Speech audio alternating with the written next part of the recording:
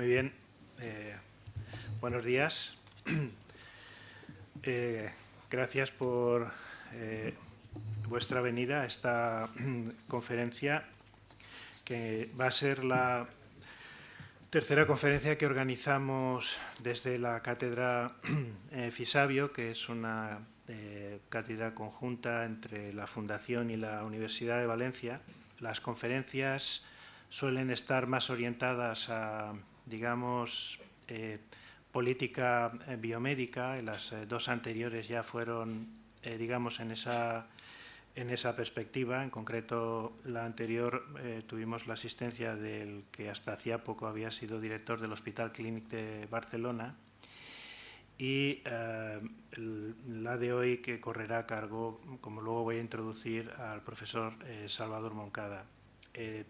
Llevamos a cabo también algunas organizaciones, la organización de actos que denominamos Ateneos Biomédicos. Hemos llevado 6 o 7, que son grabaciones que hacemos sobre temas monográficos específicos de la investigación biomédica, y luego algún otro tipo de acciones formativas orientadas fundamentalmente a promover entre los jóvenes el interés por la investigación en general. Voy a presentar sin más dilación al profesor Salvador Moncada. Pues es difícil hacer un resumen en unos minutos de su trayectoria profesional. Entonces, bueno, simplemente voy a dar unas ligeras pinceladas. Él es hondureño, nació en el año 44 en Tegucigalpa, estudió medicina y cirugía en la Universidad de El Salvador. Se trasladó en el año 71 a Londres para hacer el doctorado en farmacología. De hecho, es su campo de especialización, y empezó a trabajar en el Instituto de Ciencias Médicas Básicas del Real Colegio de Cirujanos, bajo la tutoría de Sir John Vane. Luego volvió a Honduras, no por mucho tiempo, para regresar de nuevo al Reino Unido para integrarse en los laboratorios del Wellcome Research. Y ahí alcanzó en el 86 el cargo, digamos, de director de investigaciones de ese laboratorio. En el 98 se traslada al University College de Londres, donde fundó el bien conocido Wolfson Institute for Biomedical Research, y centro que ha estado dirigiendo hasta 2012-2013. Posteriormente se integra, tiene un llamado, digamos, de la Universidad de Manchester, donde dirige el Centro de Investigación en Cáncer en esta universidad, en un instituto que se crea allí, director del Instituto de Investigación en Ciencias del Cáncer, y actualmente tiene un cargo de dirección en la sección de cáncer de este instituto. Pero el profesor Moncada, bueno, pues es ampliamente reconocido y conocido en el ámbito de la investigación farmacológica. Sus principales investigaciones han estado precisamente en el estudio de los efectos farmacológicos de diferentes tipos de sustancias, y por supuesto es muy bien conocido por sus investigaciones en el campo del óxido nítrico como mediador biológico, y el desarrollo de numerosos productos. No voy a dar la relación de fármacos muy conocidos que son importantes en el ámbito del sistema circulatorio. Y los premios y reconocimientos son tantos que, bueno, sería largo detallarlos, empezando por doctores honoris causa. Es curioso, las referencias son distintas dependiendo de si uno lee la Wikipedia en español o en inglés. porque solo aparecen doctorados honoris causas en España, en universidades no españolas, cuando lees la inglesa, y cuando lees la española, fundamentalmente nacionales. Pero son muchas las universidades por las cuales es de doctor honoris causa, hablando ya de españolas, por ejemplo, pues Universidad de Salamanca, Santiago de Compostela, la Complutense, es académico de la Real Academia Nacional de Medicina.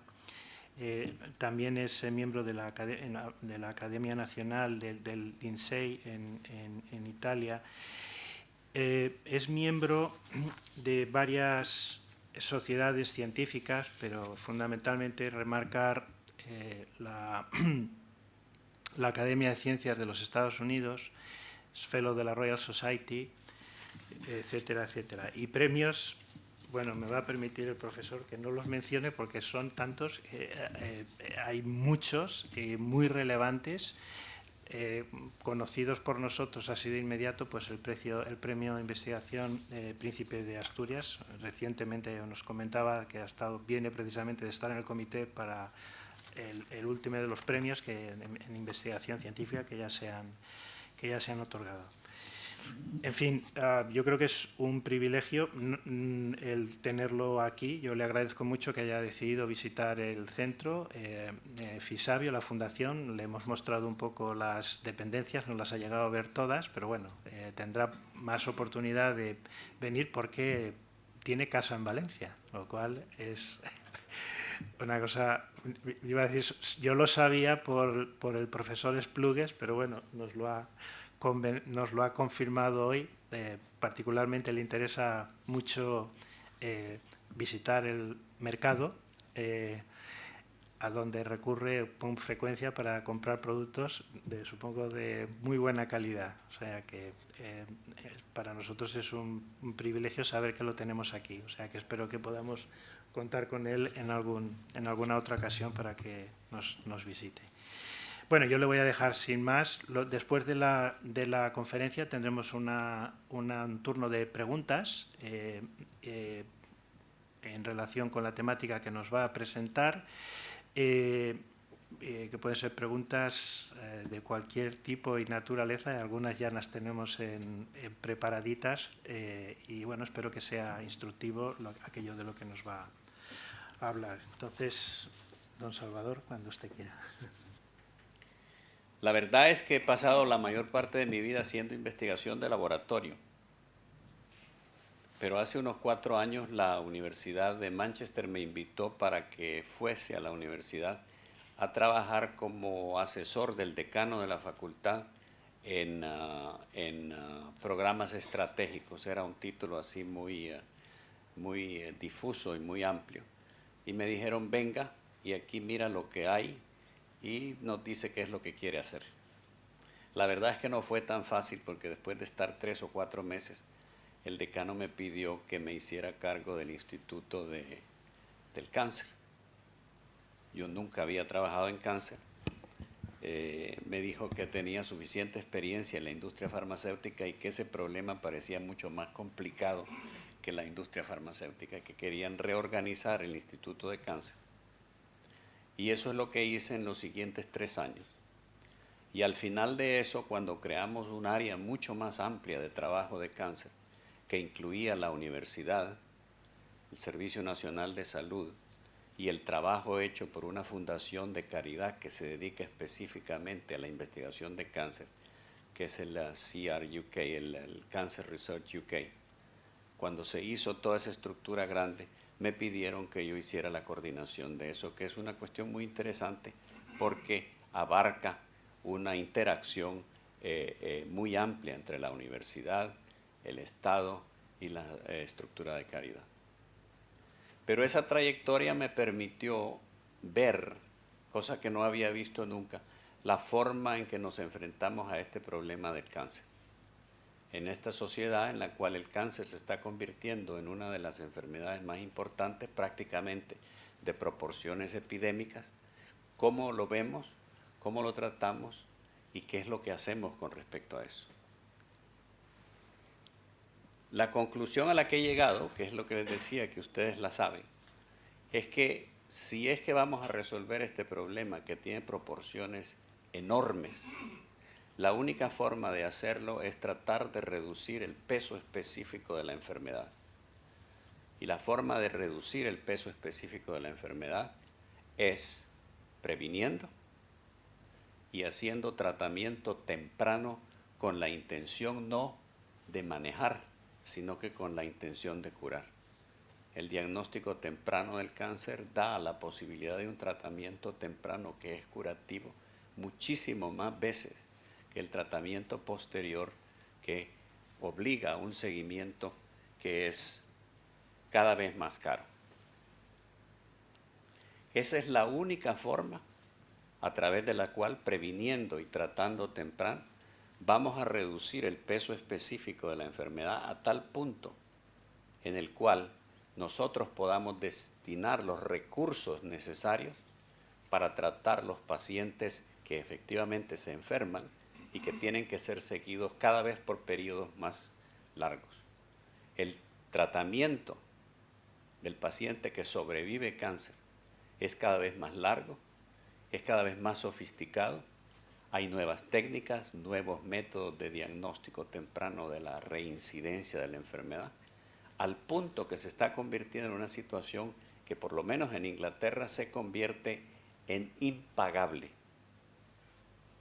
Si no reducimos el peso específico de la enfermedad, no vamos a lograr tener los fondos necesarios para hacer el tratamiento de los pacientes crónicos.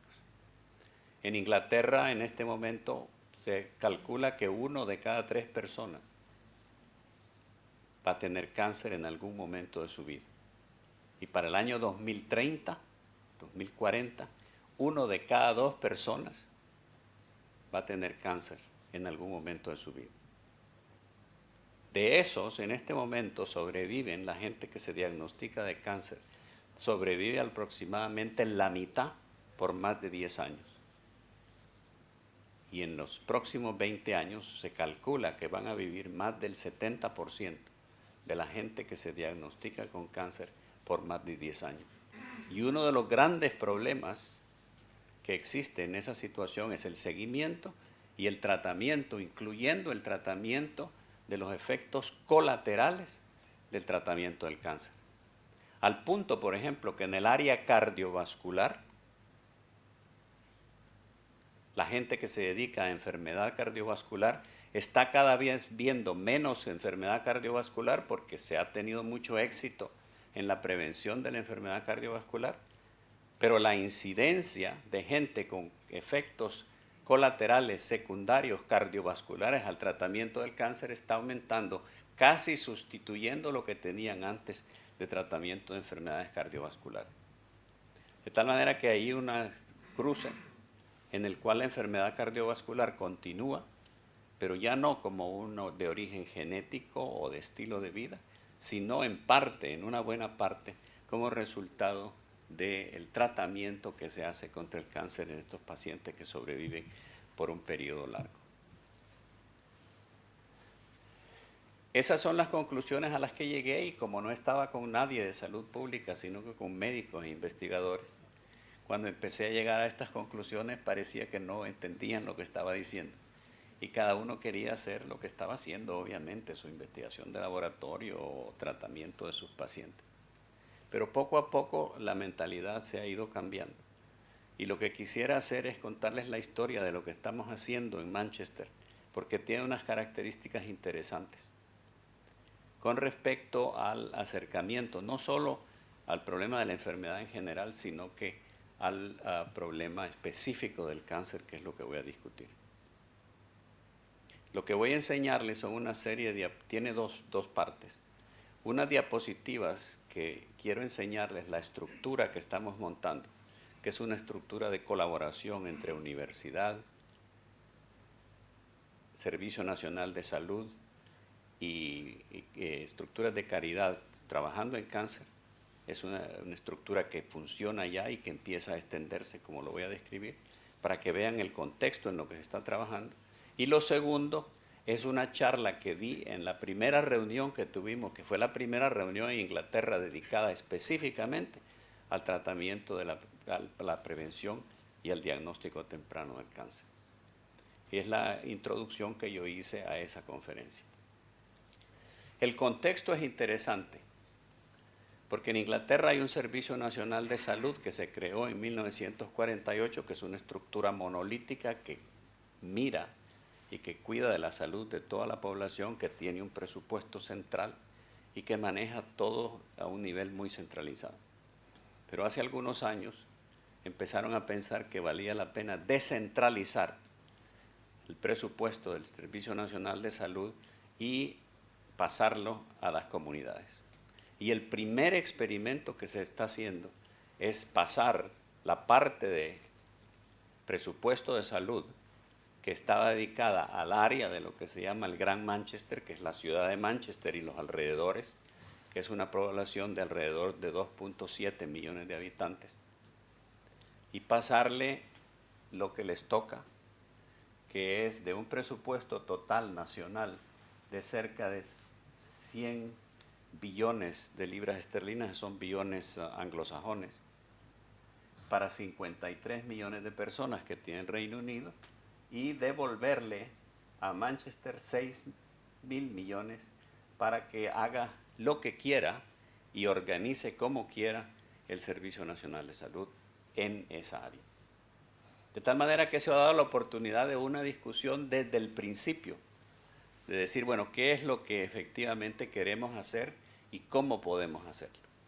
Y es ahí donde ha estado incidiendo mi interés en rebalancear la situación del tratamiento hacia los estadios tempranos, hacia la parte de prevención y la parte de tratamiento temprano de la enfermedad. Entonces, ¿cuál es la estructura que estamos manejando? Hay en el centro de todo esto, hay una estructura muy potente, interactiva y muy bien organizada, que es lo que le llamamos el Cancer Research, el Manchester Cancer Research Center. ¿Qué es esto? Que es una organización virtual, una interacción virtual entre la universidad, el Cancer Research UK y el Hospital Christie, que es el hospital más grande del tratamiento del cáncer en Europa, con una tradición de alta calidad de servicio, de investigación de muchos años. Hace poco terminamos de construir un edificio pagado por las 3 instituciones que transforma en la práctica la interacción virtual, un edificio que va a tener alrededor de 200 investigadores y que empieza a funcionar ahora, pagadas por las 3 instituciones. De tal manera que estamos trabajando, efectivamente tratando de trabajar juntos y trabajando con la idea de sinergizar lo máximo posible los resultados de la investigación básica con el trabajo de traslación del conocimiento a la práctica. La Universidad de Manchester es una universidad grande. Estos son los rankings. Yo no creo en ranking, pero se los pongo para que vean dónde está en los rankings. En el 2014 era la 5ª universidad en nivel académico y científico, 7ª en Europa y 38 en el mundo. Es la universidad más grande del Reino Unido en número de estudiantes y además en presupuesto que se acerca casi a los 1.000 millones de libras esterlinas. Y recibe fondos de investigación de muchas organizaciones y grandes cantidades, como pueden ver, viniendo del gobierno, viniendo de las áreas de apoyo a la investigación, como es el Medical Research Council, de las caridades, de las estructuras de caridad, dinero de los departamentos del gobierno, ministerios que encargan investigación específicamente, dinero extranjero, más que todo viniendo de la Comunidad Europea, que van a tener que sacrificar dentro de poco. Y es la estructura. Tiene un área de biomedicina muy grande y dentro del área de biomedicina la investigación de cáncer es lo que tiene el mayor impacto a nivel internacional. Por otro lado está la estructura esta, el CR UK, el Cancer Research UK, que es una fundación que que recoge dinero para la investigación en cáncer y que es altamente exitosa, porque recoge, como pueden ver, tiene unas entradas anuales de 621 millones de libras esterlinas, de los cuales 522 son dados por la gente en campañas de recogida de dinero para investigación.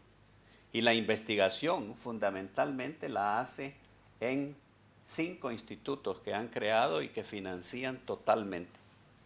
Uno en Glasgow, uno en Cambridge, uno que está ahora como parte del nuevo Francis Crick, que es el gran instituto de investigación que se ha creado en cáncer, uno en Oxford, que está fundamentalmente orientado a investigación en radiación, y el Instituto de Manchester, y el que es parte de la estructura con toda la fundación por detrás.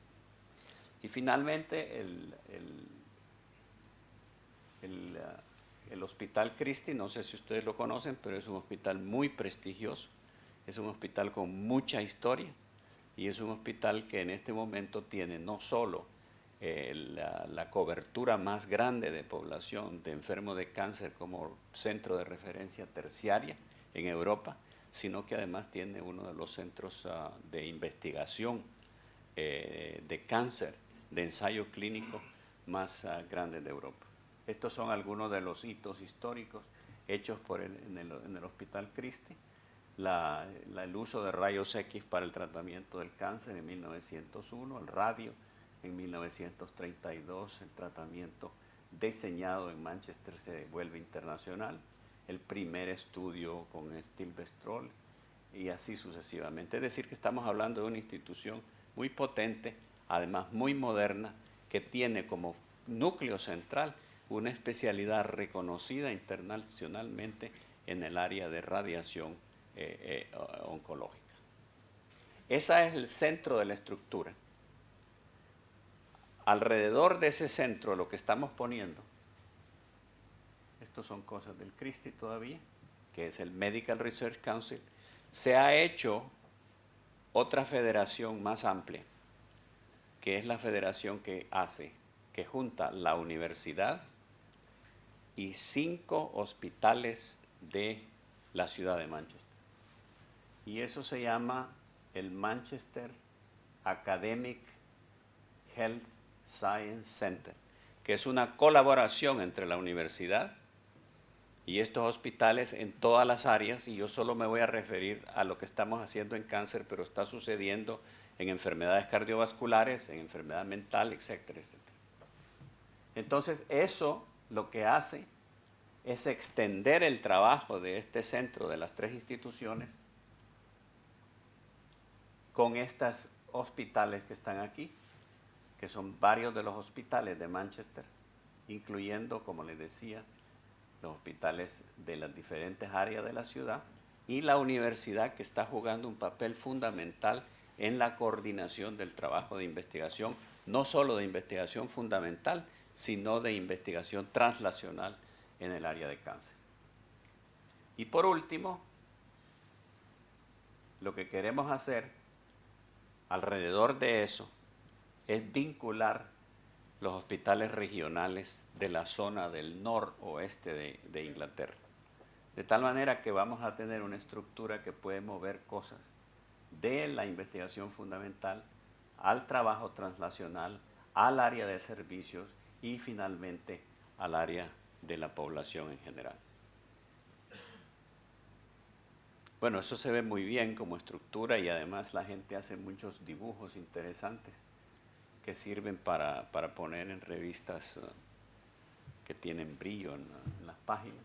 Esta es la estrategia de las distintas cosas que se pretenden hacer, que se quiere transformar en esta estructura en un área reconocida de lo que se llama ahora eufemísticamente precision medicine. Yo siempre les digo que nosotros hemos estado haciendo siempre precision medicine, pero que antes éramos menos precisos que ahora. Eso es lo único que ha cambiado. Este es el distintos tipos de actividades en el área de diagnóstico. Estas son las áreas de concentración del esfuerzo en el trabajo en Manchester, que son cáncer de pulmón y cáncer de pulmón es importante porque Manchester tiene la más alta incidencia de cáncer de pulmón de toda Inglaterra. Próstata, cáncer femenino, melanoma y hematológicos. Y finalmente algunas áreas en las cuales Manchester también se destaca, que son áreas de actividades técnicas, especialmente en biomarcadores de enfermedad, donde Manchester pretende dentro de unos años convertirse en un centro de referencia para Inglaterra y posiblemente para Europa, si es que se logra montar lo que se está tratando en cuanto al desarrollo, especialmente de las biopsias de líquidas de sangre para ADN circulante, que es el esfuerzo más importante que se está haciendo en este momento. Pero esas son las figuras para las revistas. En la base de todo eso hay un problema. A pesar de que esa estructura es muy buena, a pesar de que esa estructura tiene un reconocimiento internacional y un impacto internacional importante, como dice esta diapositiva, la gente se sigue muriendo y en grandes cantidades de cáncer. Aproximadamente 6.500 personas al año mueren de cáncer en Manchester y eso es 10% más alto que la media del Reino Unido. Y la diferencia fundamental está en la incidencia de cáncer de pulmón. Recuerden que Manchester fue la ciudad industrial por excelencia. La revolución industrial se hizo ahí. Y la revolución industrial, cuando eso termina, se crea un área de pobreza y de privación económica y falta de educación y lo demás. De tal manera que Manchester tiene además el dudoso mérito de ser el área que concentra las regiones más pobres de Inglaterra. Y hay una relación directa entre el nivel socioeconómico y, por ejemplo, la incidencia de cáncer de pulmón. Este es el número de muertes prematuras de gente de menos de 75 años que mueren de cáncer de pulmón de cada 100.000 habitantes, comparada con cáncer de mama, comparada con cáncer de intestino y comparada con todos los cánceres. Es decir, que la gente muere más de cáncer de pulmón que lo que muere de los otros cánceres. Y la diferencia es que además el cáncer de pulmón mata más gente que lo que matan todas las otras enfermedades, enfermedad cardiovascular, enfermedad del pulmón, enfermedad del hígado, etc. Y la diferencia está aquí. La población de Manchester fuma más que la media de la población del Reino Unido. En el Reino Unido se ha logrado bajar a una media del 18% de la población que fuma. Y eso para el año 2020 quieren llegar a tener una media de 13% de la población y hay una campaña muy grande para bajar.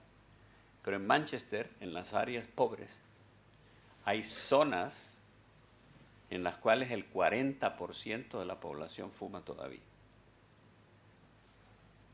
Y eso significa, con una población de 2.7 millones de habitantes, que hay 70.000 fumadores más en Manchester de los que habrían si se fumase lo mismo que la media de la población de Inglaterra. Y eso da lugar no solo al problema de la incidencia, sino que también, combinado con la situación socioeconómica, al diagnóstico tardío de la enfermedad. Este es el diagnóstico de distintos tipos de cáncer por estadio: 1, 2, 3, 4, pulmón, mama, gastrointestinal, próstata. El cáncer de pulmón, la mitad casi de los cánceres de pulmón son diagnosticados en Manchester cuando la gente llega escupiendo sangre a la clínica. Y claro, en ese momento las posibilidades de sobrevivencia son mínimas. Y ese es un problema fundamental, que es el diagnóstico tardío de la enfermedad, que tiene una serie de condicionantes socioeconómicos, culturales y lo demás que ustedes bien conocen. Este es un problema serio, el problema del diagnóstico tardío de la enfermedad, porque diagnosticar la enfermedad tardíamente cuesta más dinero y tiene menos resultados positivos. En el caso de cáncer del colon, por ejemplo, las estadísticas son impresionantes. Por ejemplo, el paciente, para el Servicio Nacional de Salud, el paciente que es diagnosticado en estadio 1 de cáncer del colon, el tratamiento cuesta 3.400 libras esterlinas. En cambio, si está diagnosticado en un estadio más tardío, 3 o 4, cuesta 12.500 libras esterlinas el tratamiento del paciente y la diferencia de sobrevivencia está aquí. 9 de los 10 tratados en estadio 1 van a estar vivos 10 años después. Y prácticamente ninguno de los tratados en estadios 3 o 4 va a estar vivo 10 años después. Es decir, estamos botando el dinero. Estamos botando el dinero usando los servicios del Servicio Nacional de Salud para una situación en la cual podría resolverse de otra manera. Y eso se ve, la sobrevivencia del cáncer, en cada uno de los cánceres se ve claramente que el diagnóstico temprano es lo más importante. Este es en cáncer de ovario, las estadísticas son del 2002 al 2006. Las mujeres que son diagnosticadas en estadio 1, 90% sobreviven 5 años. En estadio 2, 42%. En estadio 3, 18%. Y en estadio 4, prácticamente no hay sobrevivientes. Y esto es en todos los estadios juntos, estamos logrando una sobrevivencia de alrededor del 40%. Es decir, el argumento es absolutamente claro y absolutamente seguible. Esto es en cáncer de mama, donde se han hecho en los últimos 20, 25 años esfuerzos grandísimos para la cobertura de la población, donde hay mucho más conciencia del problema, donde hay mucho trabajo de población y donde la gente tiene mucho más seguimiento. Se ha logrado mucho más que en cáncer de ovario, pero aún así las diferencias son impresionantes. Estadio 1, sobrevivencia de 5 años, 100%. Estadio 2, estadio 3, estadio 4. Estadio que no se sabe y estadio todos juntos nos están dando una sobrevivencia de alrededor del 85%, que es buena, que quiere decir que hemos movido el diagnóstico hacia los estadios más tempranos y que estamos teniendo un éxito que deberíamos de buscar en cada uno de los cánceres. Hace poco se calculaba que si hiciéramos el diagnóstico temprano en todas las áreas de Inglaterra, porque eso también cambia, algunas áreas son muy eficientes, otras áreas son menos eficientes en el diagnóstico temprano. Pero si todas se hicieran uniformes con un diagnóstico temprano adecuado, eso le costaría al Servicio Nacional de Salud 44 millones de libras esterlinas menos de lo que cuesta en este momento, solo para las áreas de mama, de gastrointestinal, pulmón y ovario. Pero eso no es lo más importante. Lo más importante es que es muy claro que la enfermedad del cáncer es una enfermedad prevenible. Estos son los datos recientemente publicados por Cancer Research UK, que sugieren que alrededor del 42% de todos los cánceres son prevenibles. En el caso de cáncer de cervix, por ejemplo, con la vacunación extensiva y completa de la población, se calcula que se podrían disminuir la incidencia del cáncer de cervix entre 85 y prácticamente 100%. Si a eso le añadimos el hecho de que el virus del papiloma está ahora asociado a cáncer orofaringio y empezáramos a vacunar las chicas y los chicos, tendríamos una disminución de incidencia de otros tipos de cánceres relacionados con ese tipo de infección. La disminución del tabaquismo podría llevar a una disminución del 89% de cánceres de pulmón, cambios de estilo de vida, etc. De tal manera que si tenemos enfrente la posibilidad de disminuir significativamente la incidencia de cáncer y después hacer el diagnóstico temprano y tratar con intención de curar, la mitad de todos los casos tempranos de cáncer que se curan por cirugía o se curan por radiación. los miles de millones de libras esterlinas y de dólares que se invierten en el tratamiento tardío de la enfermedad no tienen ni la mitad de la eficacia que tiene la cirugía y la radiación en el tratamiento temprano. Yo no estoy sugiriendo que eso no se haga.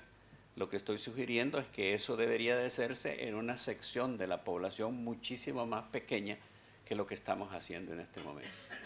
Y que los pacientes en los que tenemos que invertir $100,000 al año en la compra de una sola medicina deberían de ser mucho menos. Y si trabajamos a mediano y a largo plazo, eso es lo que deberíamos de estar logrando. Pero claro, si ven el gasto en prevención del cáncer en todas partes del mundo, esto es para todo el mundo, lo que se usa del presupuesto de cáncer para acciones de prevención, diagnóstico temprano, es infinitamente menor de lo que se usa para las otras cosas.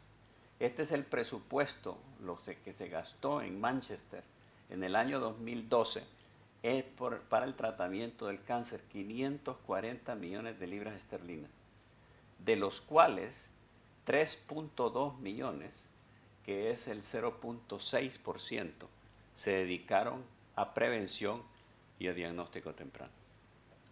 Y eso lo revisan y lo pueden ver en todas partes del mundo. Eso en los países desarrollados, porque en los países periféricos la situación donde ocurren la mayor parte de muertes de cáncer, la situación es increíblemente peor. Pero claro, las diferencias de inversión son importantísimas. Los países desarrollados invierten entre 150 y 450 dólares por año por paciente de cáncer. Los países subdesarrollados de nivel de ingreso medio y bajo invierten entre medio dólar y $7 al año. Eso incluye a China e incluye a India. De tal manera que las diferencias son monstruosas. Y el lugar donde la gente se está muriendo en cantidades increíbles son los países de ingreso medio y de ingreso bajo. Si seguimos así en Inglaterra, este es el presupuesto de gasto de cáncer para el año 2012-2013 para toda Inglaterra. Se calcula que el aumento de gasto por año de ahora en adelante, si seguimos haciendo lo mismo que estamos haciendo y seguimos introduciendo todas las nuevas técnicas y los biomarcadores y las nuevas formas de seguimiento y lo demás, eso va a ir aumentando al 9% anual.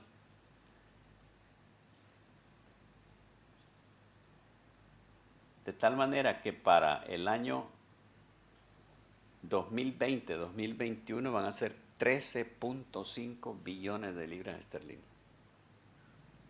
Y claro, se revienta la burbuja, porque el Servicio Nacional de Salud no puede pagar esa cantidad de dinero. Y no creo que ningún servicio de salud sea capaz en el mundo de mantener ese ritmo.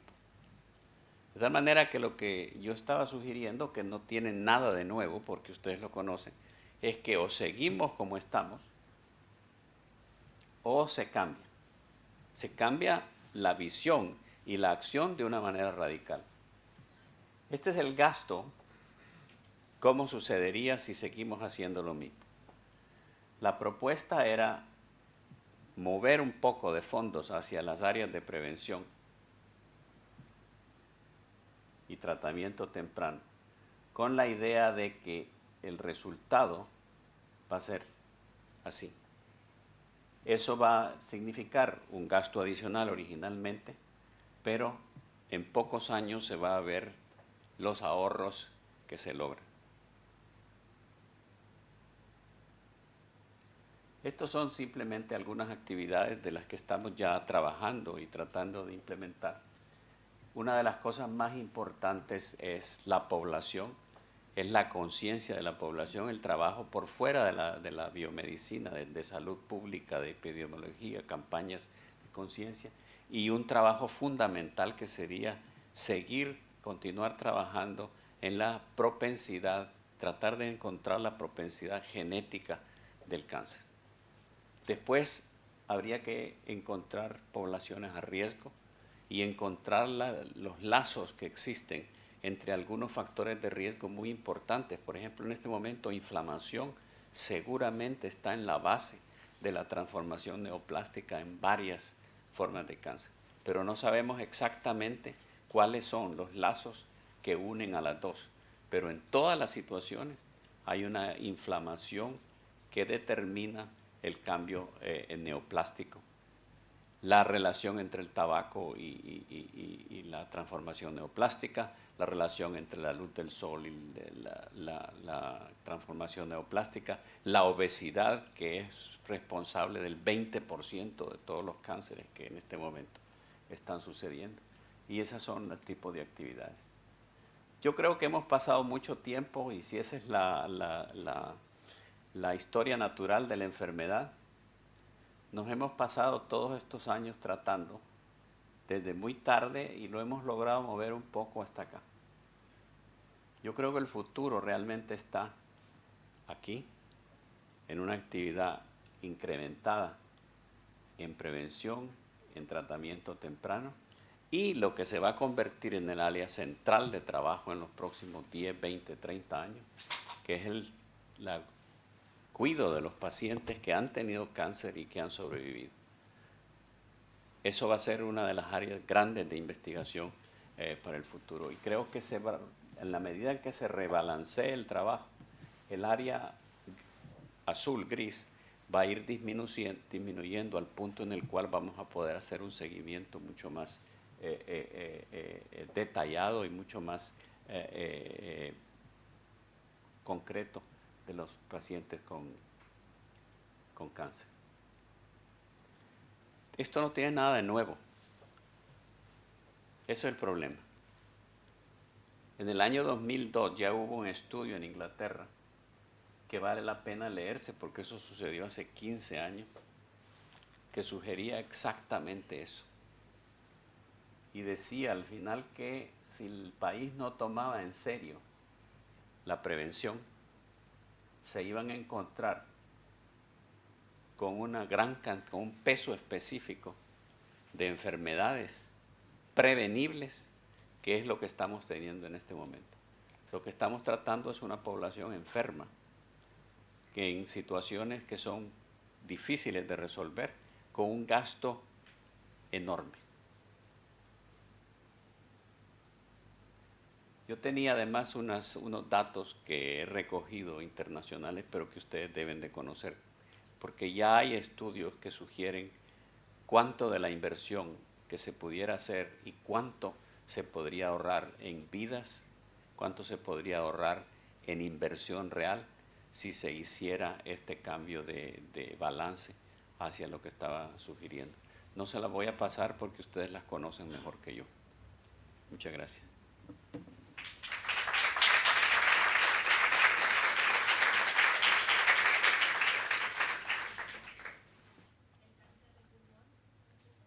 Sí. Vale, gracias. Hola, vale. Mi pregunta es sobre la prevención del cáncer de pulmón, porque mencionó que en Manchester se fuma mucho,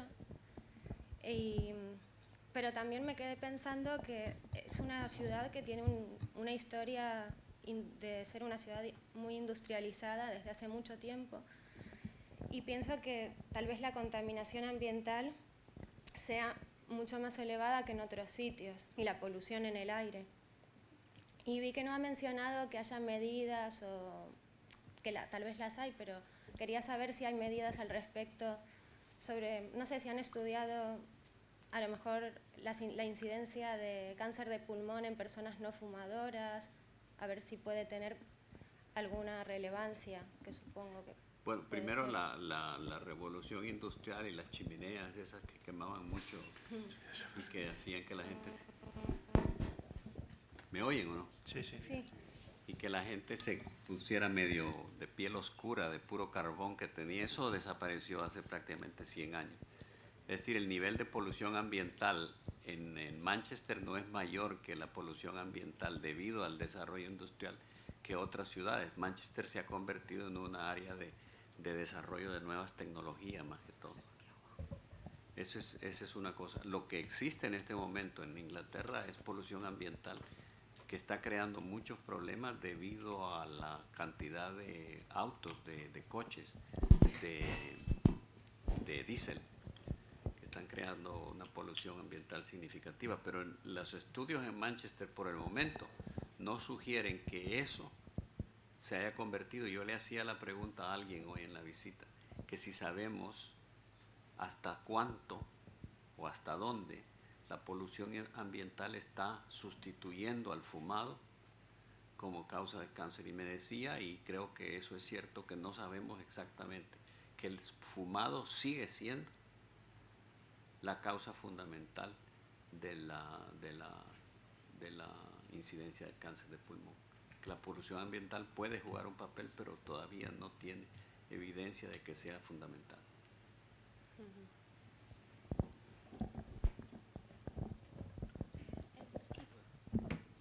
Sí, yo quería hacer una pregunta también en relación a...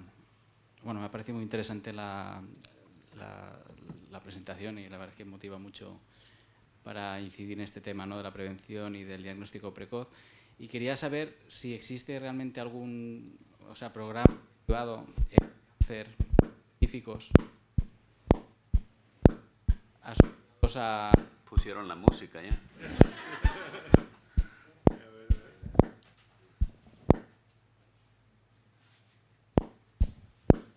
Bueno, sí hay programas privados específicos en determinados tipos de tumores y si también se ha hecho algo para identificar nuevos biomarcadores que pueden ayudar a este diagnóstico temprano. El área que se trabaja más en Manchester en este momento desde varios puntos de vista, incluyendo biomarcadores, es el área de cáncer de pulmón, obviamente.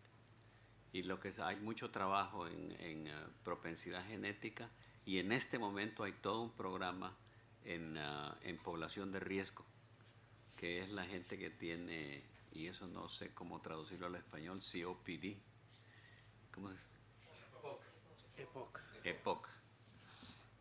La gente con EPOC, ¿cuáles son las personas de ese grupo que tienen la propensidad al desarrollo de cáncer? Ese es el área más importante de trabajo en este momento en Manchester, donde hay un gran desarrollo de interés en el efecto del proceso inflamatorio en la transformación neoplástica. Una de las cosas que ha pasado recientemente, que se hizo el experimento, se decía que culturalmente los hombres trabajadores o de la clase trabajadora no tenían culturalmente el deseo o la intención de ir a los médicos a consultar, y consultaban cuando estaban en una situación ya prácticamente terminal. Entonces lo que se hizo en Manchester, que fue muy interesante, fue hacer uno de esos carros, unos vans como los que usan para hacer los diagnósticos de cáncer de pecho temprano en las mujeres, y aparcarlos en los supermercados a ver cuántos hombres llegaban a hacerse un scan de pulmón. Dijeron, no va a llegar nadie, los hombres no van. Colas. Y en este momento se está diagnosticando el cáncer cada vez más temprano porque está funcionando ese programa, que es simplemente darle la oportunidad a la población que vaya a hacerse un scan temprano en el aparcamiento del supermercado. De tal manera que no es cierto que hay una barrera cultural, sino que la situación no ha existido para que eso se pueda hacer.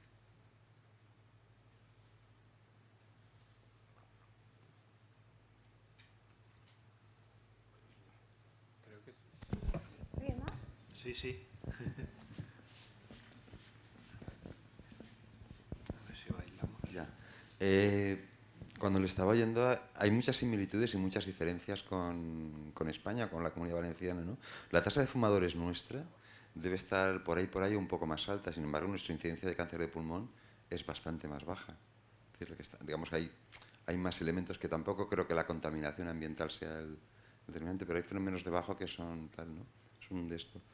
Pero en otros lados, digamos, por ejemplo, cuando pienso en términos de traslacional, que veo plataformas muy transversales que dan servicio a cardiovascular, a otros aspectos de tal. No acabo de enlazarlo, digamos, con solo los programas de cáncer.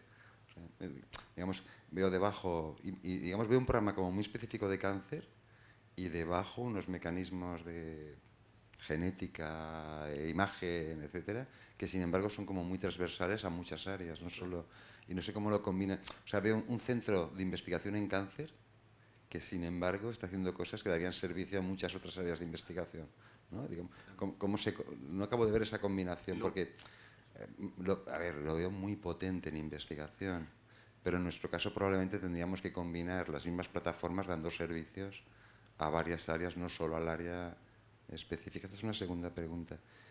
Y una tercera, hasta donde yo recuerdo, cuando me revisé los programas de cribado de cáncer de pulmón, CONTACT, el IVO, hablaba antes José Antonio, tiene una experiencia importante, lleváis 7 u 8 años, ¿no?, en un programa de cribado, que tal. Por una parte me creaba muchas dudas el programa, y por otra parte lo que recuerdo es que el volumen de eso que llamamos aquí incidentalomas, o sea, hallazgos casuales o no casuales que no tienen nada que ver con el cáncer que vas buscando, sino con cualquier otra cosa, era de tal calibre que probablemente generaba más trabajo que la propia investigación de, digamos, en realidad les estás viendo las coronarias obstruidas, no sé cuánto, es un problema.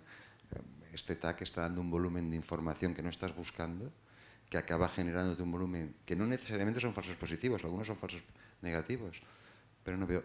Y tengo una cuarta cuestión, o sea, ¿por qué? Esta es una última. Digamos, ¿por qué esa idea de que tendríamos que... A ver, yo no creo que los servicios de prevención, promoción y protección de la salud tengan por qué competir con el resto de servicios sanitarios. No sé cómo decirlo. O sea, que gastemos mucho en cáncer no quiere decir, en cáncer tratamiento, no quiere decir que no necesitemos ese gasto. Puede ser que gastemos poco en prevención, pero no necesariamente la alternativa es dejar de gastar en tratamiento. Hay muchas otras alternativas. O sea, nunca he visto la competencia entre servicios sanitarios y servicios de prevención. Voy a poner un ejemplo tonto. Recuerdo mucho a un profesor de la Universidad de Alicante, Ildefonso Hernández, que pone un ejemplo que dice: tenemos una curva en la carretera, la gente no deja de caerse, debajo tenemos un hospital que los atiende, ¿qué hacemos? ¿Arreglamos la curva o ampliamos la puerta de urgencias? Y en el hospital acabamos diciendo a ver si arreglan la curva de una vez, porque estamos hartos de que nos lleguen estos enfermos. Pero no acabo de ver qué relación tiene una cosa con la otra. O sea, ¿por qué la alternativa a gastar poco en prevención, promoción, etcétera, es la parte de tratamiento? Porque la parte de tratamiento nosotros en este momento estamos justísimos. O sea, en realidad no tenemos recursos suficientes para tratar a los pacientes que realmente tenemos. La alternativa no puede ser reducimos de aquí, ¿no? Sí. Bueno, las 4 preguntas están todas conectadas. En el momento que empezamos a hablar de prevención y diagnóstico temprano, nos empezamos a olvidar de las enfermedades específicas. Porque obviamente cuando se mantiene la población sana, no se está protegiendo a alguien contra cardiovascular o cáncer, se está haciendo una protección general. ¿Sí? Entonces, esa es una cosa. Segundo, si a usted le dan o no. Es decir, las cosas que hagamos para prevenir, si dejamos de fumar, estamos previniendo la enfermedad cardiovascular también o no. Obviamente. A ver, si nosotros no hubiéramos mejorado mucho en cardiopatía isquémica, no tendríamos la epidemia de insuficiencia cardíaca que tenemos ahora. ¿Se entiende? Digamos, yo creo que avanzaremos en unos cánceres y tendremos otros, porque la gente al final enferma de... O sea, el gasto sanitario no lo reduce. Tenemos que morir, no lo reduce. Claro. Lo que tratamos de hacer es morirnos claro, lo pero más la idea, tarde posible jóvenes. Pero la idea que reduciendo el gasto en una cosa reduciremos el gasto en conjunto no es exacta. Tendremos otra patología porque tendremos supervivientes más largos que tendremos que atender igual. ¿Se entiende? A ver, yo creo que es un éxito que la gente se muera cada vez más de cáncer de próstata, porque básicamente quiere decir que nos han muerto antes de otra cosa. Es decir, pero eso se puede decir con respecto a todo. Claro.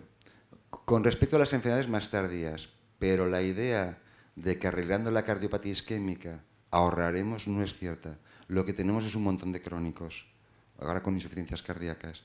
O sea, es que eso ya nos lleva a otro problema, que correcto. que lo que hemos logrado hacer con la medicina actual es prolongar la parte mala de la vida, no la parte buena, porque todos nos va a dar un infarto alrededor de los 60, 70 años. Antes nos moríamos ahí mismo y ahora nos hacen vivir hasta los 90 años. Ese es el problema de la medicina actual en general. ¿Qué es lo que vamos a hacer con ese pedazo de vida que estamos ganando? Y hasta dónde lo podemos convertir en una vida que vale la pena vivirse, porque simplemente estar vivo no es lo que se trata. ¿Sí? Ahora, obviamente, en una población sana va a haber menos incidencia de, especialmente de las enfermedades que tenemos en este momento. Si tenemos el 35%, el 40% de la población de toda Inglaterra va a ser obesa y va a tener diabetes, y va a tener síndrome metabólico, y va a tener enfermedad cardiovascular si sigue con esa incidencia. Esa enfermedad es una enfermedad adquirida por el estilo de vida. Es decir, y el problema se plantea cuando le dicen a uno, aquí tiene 6.000 millones de libras esterlinas, usted los usa para lo que necesite usarlo. Y la idea es que en este momento estamos como ustedes, que no hay dinero para tratar a todos los que están enfermos. Y la hipótesis de trabajo es que si mantenemos a la población saludable más largo, vamos a tener una situación menos difícil que la que tenemos ahora, y posiblemente vamos a llegar a los 80 años, nos va a dar un infarto y entonces nos vamos así, pero llegamos a los 80 años. Esa es la discusión en este momento es esa. ¿Qué es lo que pasa con esos 30 años de vida extra que nos están dando? Que no sirven para nada. O para poco.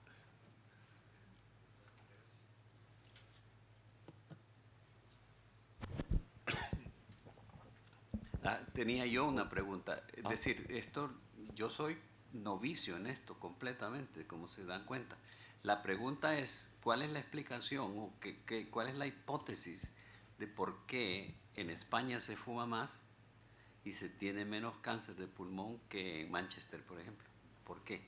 ¿Hay alguna idea de cuál es la explicación para eso? Bueno, supongo que alguna vez lo sabremos. Es una pregunta muy interesante. A mí, pero centrando el problema, hablando de lo que estábamos diciendo, de los costes de oportunidad, si se plantea si tenemos que restar de un tratamiento en los pacientes ya en fase tardía diagnosticados, versus invertir, y no hablo de prevención, hablo de diagnóstico precoz y screening, centrando el problema ahí. Realmente todos, o por lo menos los que yo conozca, habían dudas de la eficiencia precisamente de esos programas de diagnóstico precoz, hablando incluso con el escáner. Es decir, supongo que dirigido a núcleos concretos de población de mayor riesgo, yo no tendría dudas de esa eficiencia. Pero tal como se plantean y se están planteando, y esa es la pregunta concreta, ¿tenemos datos de que sean eficientes? Hablo concretamente de diagnóstico precoz y programas que conocemos. El caso de la próstata es lo más claro. Sí, sí. En el pulmón no le podría contestar, pero estaba en medio de la discusión de próstata, es decir, una gran cantidad de los diagnósticos de cáncer de próstata que se habían hecho y que se trataban son cánceres que no progresan y que la gente puede vivir 20 años sin que tenga ninguna progresión, y se está pasando al punto de que el periodo observacional se está aumentando cada vez más sin intervención y se mantiene a mucha gente así sin progresión. Ahora, visto desde el punto de vista de la población es más complicado, pero hace algunos años discutí el problema del PSA en Inglaterra. En Inglaterra no se hacía el PSA porque daba muchas falsas positivas. Pero yo prefiero tener un falso positivo y ver qué es lo que está pasando ahí que no saber lo que está pasando. Es decir, yo tenía que ir al médico a decirle, hágame el PSA, yo quiero saber si ha subido. Y si ha subido, entonces me pongo claro, es una élite intelectual y lo demás. Obviamente. Ese no voy yo a que me lo hagan. Quería hacer un comentario. Primero, felicitarle por la conferencia, ha sido espectacular. Y comentar que nuestra experiencia aquí en lo que es la Comunidad Valenciana y en España, en cuanto a los datos que recomienda tanto la Comunidad Europea como a nivel internacional, la verdad es que se aconseja hacer prevención de cáncer desde lo que es la atención primaria y la promoción de la salud, recomendando el Código Europeo contra el Cáncer, que recoge 12 puntos importantes que yo creo que deberíamos de conocer todos los que somos sanitarios y la población general. Con eso se resolvería el 42% de los cánceres que está comentando, lo que sería la prevención. Y en cuanto a lo que es el cribado o lo que es el diagnóstico precoz, se recomienda para 3 tumores, para mama, para el cáncer colorectal y para el cuello de útero. Y en eso hay una evidencia costo efectiva y desde luego aquí en esta Comunidad Valenciana tenemos incorporados estos programas en el 100% de la población. Esto lo que facilita es el diagnóstico precoz de esos estadios precoces y por lo tanto de mejorar desde luego lo que es el gasto en el tratamiento posterior, porque son tratamientos menos costosos y por lo tanto una supervivencia y calidad de vida mucho mayor. Solamente era aclarar un poco Claro. este Gracias. tema. Gracias. Pero yo creo que los puntos que estábamos discutiendo aquí son obviamente los puntos de discusión estratégica, es decir, a dónde vamos a poner el dinero y qué es lo que estamos tratando de lograr en el área de salud. A mí, claro, aquí esto no es Inglaterra, pero en Inglaterra, en vez de poner 100 billones de libras esterlinas en tener un arma nuclear, yo preferiría que los pusiéramos en el Servicio Nacional de Salud y que nos salieran falsas positivas y lo demás, pero que nos cuidáramos a la población lo mejor que podamos.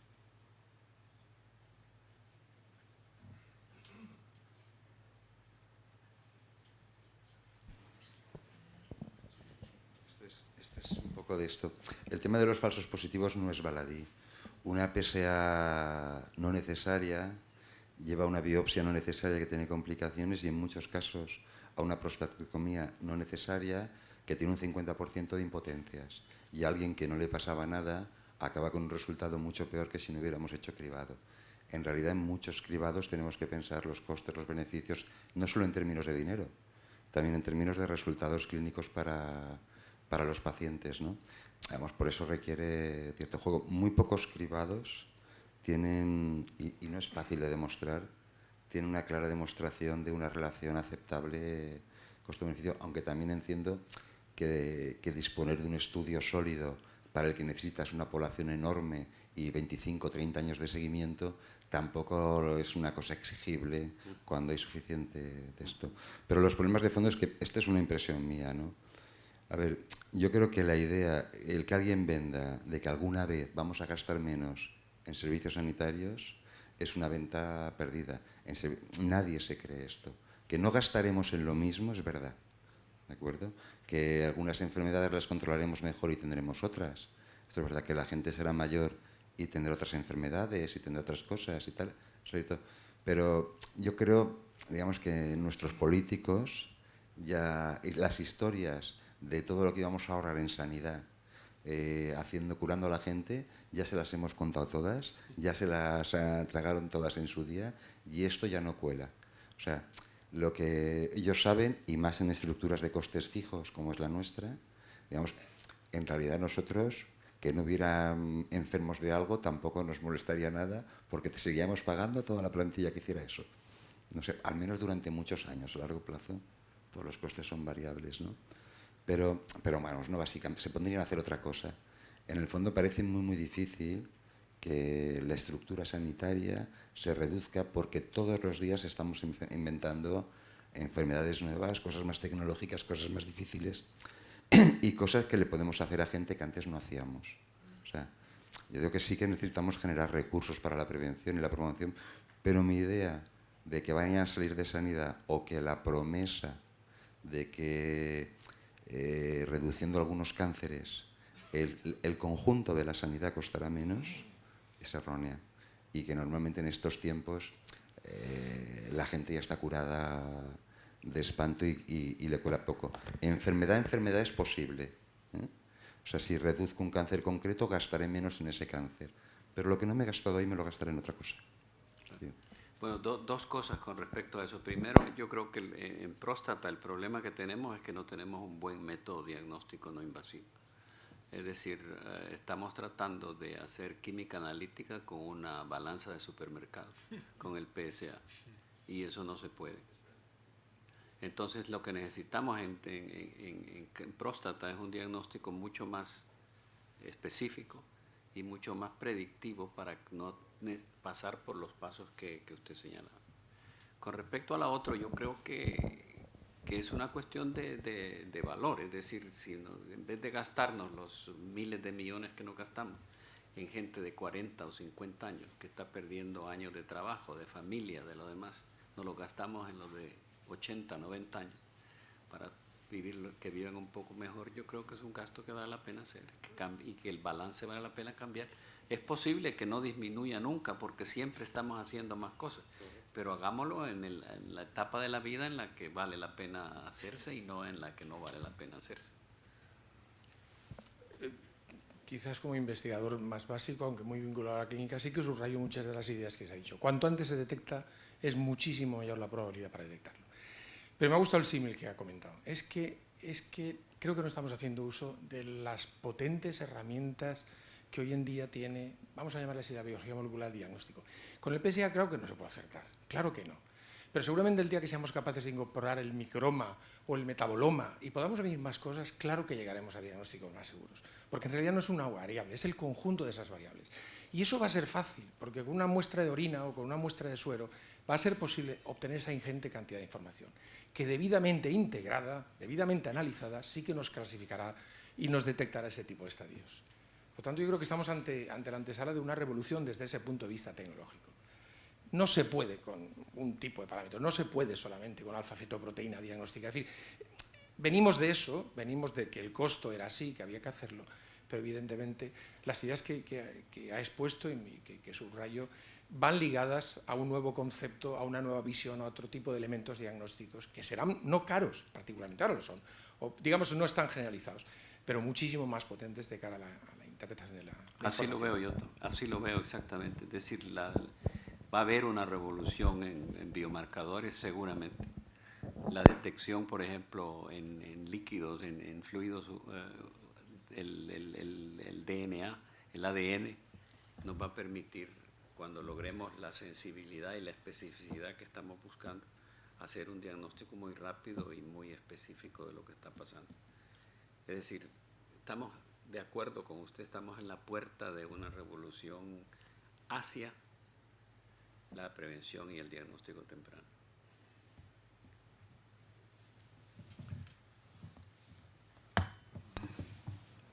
Bueno, una cuestión, pues nada, agradecer al profesor Moncada esta extraordinaria conferencia porque además ha sido muy apropiada para un centro como este. Bueno, a mí me gustaría acabar con una referencia a Ortega y Gasset, diferenciando entre lo que es vivir y el buen vivir, o lo podríamos decir el bienestar. Y efectivamente la población envejece y, como comentaba el profesor Moncada, pues tenemos aquí, sobre todo en población, en países desarrollados, una expectativa de 20 o 30 años donde eso de vivir bien o bienestar pues no es una cosa que sepamos aún cómo desarrollarla, y bueno, en ello tendremos que empeñarnos. Pues muy bien, muchas gracias y hasta la próxima.